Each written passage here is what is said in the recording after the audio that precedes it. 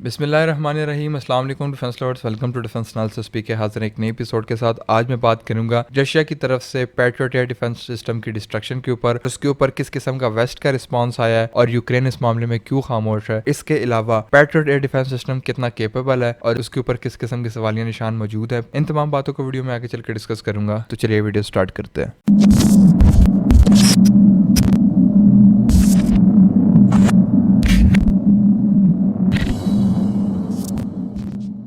Viewers, में बात कर रहा था रशिया की तरफ से किए जाने वाले क्लेम के ऊपर। सबसे पहले रशियन क्लेम के ऊपर देख लेते हैं, फिर उसके बाद वेस्टर्न कंट्रीज की तरफ से रिस्पांस के ऊपर भी बात करूंगा। रशिया ये कहता है कि हमने अपने हाइपरसोनिक मिसाइल को यूज करते हुए आज से तकरीबन 7-8 दिन पहले अमेरिका की तरफ से या वेस्टर्न कंट्रीज की तरफ से दी जाने वाली पैट्रियट एयर डिफेंस सिस्टम की जो बैटरीज हैं उनको डिस्ट्रॉय कर दिया है, जो कि यूक्रेन के लिए डोनेट की गई हैं और यूक्रेन की की इंस्टॉलेशन के ऊपर तैनात की गई। अब देखें, यहाँ पर एक बड़ी जबरदस्त बात निकल के आती है। अगर आपको याद हो, मैंने इसके ऊपर एक वीडियो बनाई थी आज से 14-15 दिन पहले। यूक्रेनियन आर्म फोर्सेस की तरफ से यह क्लेम किया गया था कि हमने पैट्रियट एयर डिफेंस सिस्टम को यूज करते हुए रशिया के एक हाइपरसोनिक किंजाल हाइपरसोनिक मिसाइल को इंटरसेप्ट किया था। अब मैंने उस वीडियो के अंदर आपको बताया था कि ऐसी पॉसिबिलिटी एग्जिस्ट करती है कि किसी किस्म की टेक्निकल मैलफंक्शनिंग की वजह से प्रोजेक्टाइल है हाइपरसोनिक मिसाइल का, वो अनफॉर्चुनेटली मिसगाइड हो गया हो या मिसकैलकुलेट होने की वजह से वो अपने टारगेट को हिट किए बगैर यूक्रेनियन टेरिटरी के अंदर लैंड कर गया हो, या आप कह सकते हैं कि एडवर्सरी के हाथ चढ़ गया हो। तो ऐसी पॉसिबिलिटीज एग्जिस्ट करती हैं, क्योंकि हमने पास्ट के अंदर ऐसा देखा है कि बहुत सारी कंट्रीज की तरफ से ऐसा होता है कि उनके जो प्रोजेक्टाइल्स है वो किसी मिसकैलकुलेशन की वजह से अपने टारगेट को हिट नहीं कर पाते, बल्कि इस हद तक भी होता है कि वो एक्सप्लोर नहीं हो पाते और वो सीधे सलामत जाके एडवर्सरी के हाथ लग जाते हैं। तो ऐसी सिचुएशन भी एग्जिस्ट करती है। मैंने उस वीडियो के अंदर भी आपको बताया था। अगर आप इंटरेस्टेड हुए, लिंक भी दे दूंगा डिस्क्रिप्शन के अंदर, और इसके अलावा एंड स्क्रीन के ऊपर भी आपको वीडियो मिल जाएगी, जरूर चेकआउट कीजिएगा। आता हूँ अपने टॉपिक के ऊपर। मैं उस वक्त ये कहना चाह रहा था, उस वक्त यूक्रेनियन आर्म फोर्सेज ने बड़ा बढ़ चढ़ के बोला था कि हमने पैट्रियट एयर डिफेंस सिस्टम को यूज कर दिया, हमने पैट्रियट एयर डिफेंस सिस्टम को यूज कर दिया। और वो ये कहना चाह रहे थे कि जो रशिया ने हाइपरसोनिक मिसाइल का इतना दबदबा कायम किया हुआ था, पैट्रियट एयर डिफेंस सिस्टम ने उसको इंटरसेप्ट कर दिया। यहाँ पर जो है वो रशिया ने किसी किस्म का रिस्पांस दिया नहीं था और रशिया उस वक्त बिल्कुल खामोश था, क्योंकि रशिया जो है वो बिल्कुल मौके पे चौका मारने वाली बात करता है। वो ऐसे उसने तरीके से काउंटर किया है कि जितना भी प्रोपेगेंडा था उसका जो उसने मुंह तोड़ जवाब जो है वो अपने एक्ट के जरिए से दिया है। अभी आप देख सकते हैं रशिया ने वही किंजाल हाइपरसोनिक मिसाइल जो है वो इस पैट्रियट एयर डिफेंस सिस्टम के खिलाफ इस्तेमाल किया है और पैट्रियट एयर डिफेंस सिस्टम की बैटरी को डैमेज किया या डिस्ट्रॉय किया है। इसके ऊपर आगे चल के बात करते हैं, लेकिन एटलीस्ट उसको नाकारा बना दिया था। अब ये रशिया का रिस्पांस था, जबरदस्त तरीके से उन्होंने उसको काउंटर किया है। फिर अगर आप थोड़ा सी इसकी बारीकी के अंदर जाएंगे, थोड़ी सी इसकी डिटेल के अंदर जाएंगे, तो हुआ उस रात कुछ यूं था कि यूक्रेन की तरफ से जो है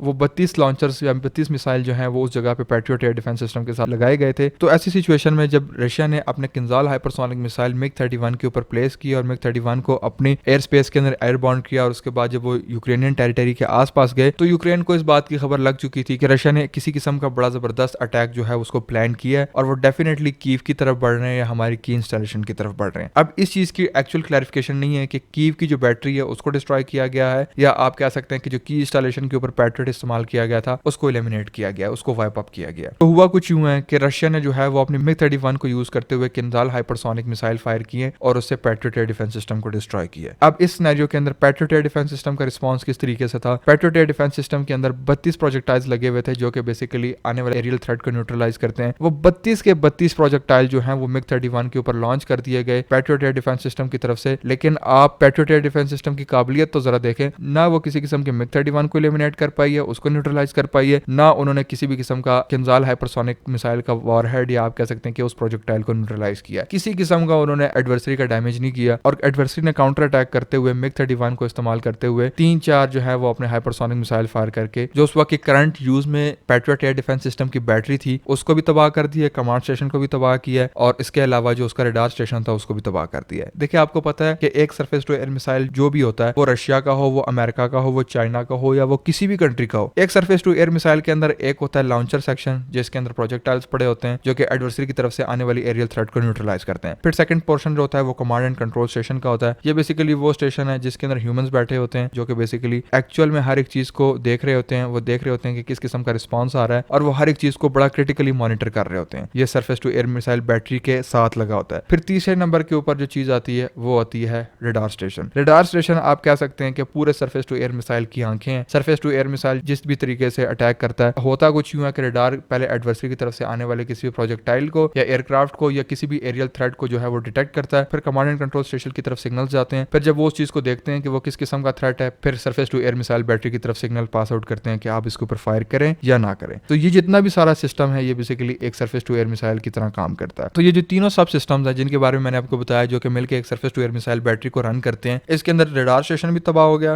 इसके अंदर कमांड एंड कंट्रोल स्टेशन भी तबाह हो गया। इसके अलावा जो लॉन्चर सेक्शन था उसके जो 5 लॉन्चिंग ट्यूब्स जो थी उसको भी डिस्ट्रॉय कर दिया गया रशिया की तरफ से। ये सारे जितने भी हैं रशियन क्लेम्स हैं। फिर उसके बाद वेस्ट की तरफ से क्या रिस्पॉन्स आया? वेस्ट की तरफ से तकरीबन आज से 3 दिन पहले ये रिस्पॉन्स आया था। वेस्ट क्या मतलब कि वेस्टर्न कंट्रीज जिसके अंदर अमेरिका शामिल है, जिसके अंदर नेटो कंट्रीज शामिल है, जिसके अंदर यूरोपियन कंट्रीज शामिल है, उनकी तरफ से रिस्पॉन्स आया कि basically patriot air defence system जो है वो डिस्ट्रॉय नहीं हुआ, उसको डैमेज जरूर पहुंचा है और हमने उसके ऊपर रिस्पॉन्ड बैक करके उसको रिकवर भी कर लिया। और अब जो पेट्रियट एयर डिफेंस सिस्टम की बैटरी जिसको रशिया क्लेम करता है कि हमने डिस्ट्रॉय कर दी है, वापस ऑपरेशनल भी हो गई है। उसको थोड़ा सा डैमेज हुआ था जो हमने रिपेयर कर दिया। वेल ये मैं आपको एक बात बताता हूँ, वेस्ट का हमेशा से प्रोपेगेंडा रहा है। वेस्ट हमेशा कभी भी अपने वेपन्स की जो नाकामी है वो कबूल नहीं करता। वेस्ट की जितनी भी कंट्रीज हैं वो अपने आप को बहुत ज्यादा सुपीरियर मानती हैं और वो ये कहती हैं कि जो हम प्रोपेगेंडा कर रहे हैं वो हमारा प्रोपेगेंडा ठीक चलेगा, और जो एडवर्सरी है या अगला जो सुनने वाला है वो बहुत ही बेवकूफ है, उसको किसी बात की समझ नहीं आएगी और हम जो बोलेंगे वही ठीक होगा। देखिए मैं आपको एक बात बताता हूँ, अगर इस तरह का किसी किस्म का आप कह सकते हैं कि स्पीड अप रिकवरी हुई होती या आप कह सकते हैं कि पेट्रियट एयर डिफेंस सिस्टम की जो बैटरी है वो दोबारा